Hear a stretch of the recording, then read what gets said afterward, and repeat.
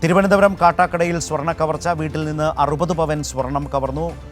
വിവരങ്ങളുമായി ഇപ്പോൾ മാനസ ചേരുകയാണ്. മാനസ, എപ്പോഴായിരുന്നു ഈ മോഷണം? ഇതേക്കുറിച്ച് പോലീസ് അന്വേഷണം തുടരുകയാണ്, പുരോഗമിക്കുകയാണ്. ഇന്നലെ വൈകുന്നേരം